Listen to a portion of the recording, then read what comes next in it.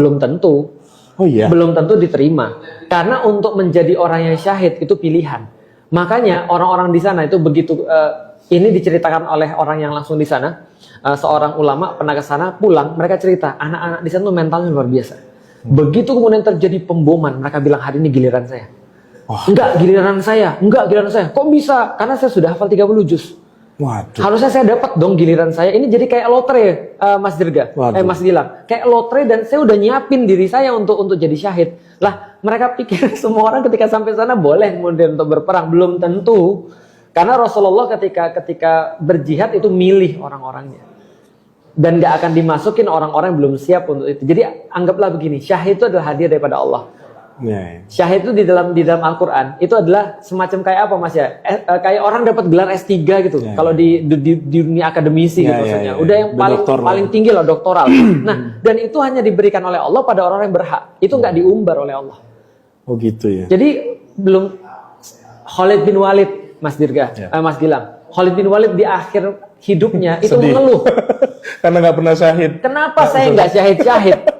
Coba lihat badan saya, ada nggak sejari badan saya, seruas badan saya yang nggak ada lukanya? Sahabat ngelihat luka semua. Lah kenapa nggak syahid? Dia bilang, sahabat senyum, lu bilang ya salahmu sendiri. Kamu dijuluki sebagai Saifullah, pedangnya Allah. Kalau pedang Allah masa patahnya di tangan orang kafir, gitu kan? Ya nggak mungkin. Ya udahlah, terima aja. Orang yang menginginkan syahid Allah belum tentu beri.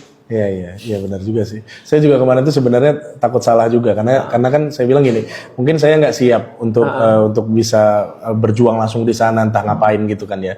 Makanya saya siap dari segi dana. Makanya kalau ada yang mau berangkat silahkan. Nih gitu. Mas, saya kasih tahu lagi satu hal. Coba lihat ya, masalah itu analisis masalah itu adalah bagian daripada solusi. Coba lihat ya Mas ya. Abdurrahman bin Auf itu terkenal karena apanya Mas? Karena kayanya. Karena kaya. Khalid bin Walid terkenal karena pinter perang. Keberanian, pinter perang. Pertanyaan saya Mas, Abdurrahman bin Auf bisa perang nggak Mas? Bisa. Cuma nggak sehebat Khalid. Iya. Khalid bisa dagang nggak Mas? Bisa. Tapi mungkin tidak sehebat Abdurrahman. Artinya apa? Memberikan Abdurrahman bin Auf pedang di saat kondisi masalah itu adalah masalah dana adalah kezaliman. Dan memberikan Khalid bin Walid dana ketika lagi perang itu kezaliman.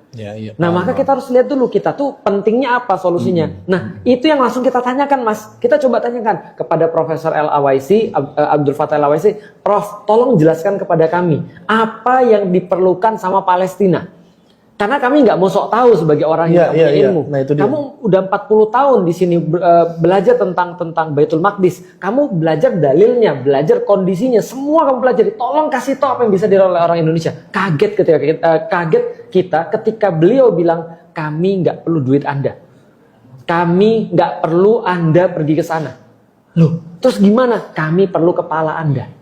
Karena kalau kepala Anda sudah beres, maka urusan donasi itu gampang, urusan pergi ke sana itu gampang. Maksudnya kepala? Maksudnya kepala adalah isi kepala kita. Ternyata yang dirusak pertama kali oleh orang-orang Zionis, oleh orang-orang Israel adalah kepala orang-orang ini. Maka ketika mereka sudah bisa merusak kepala orang-orang ini, bukan masalah kaum muslimin, ini cuma masalah Arab. Orang-orang muslim nggak merasa. Banyak yang begitu akhirnya. Ini bukan masalah Arab, diperkecil lagi. Ini cuma masalah Palestina. Orang-orang makin nggak mau bantu lagi. Ini bukan masalah Palestina. Ini cuma Hamas doang yang kami nggak suka karena dia teroris. Semakin kecil lagi. Padahal kita harusnya bersatu.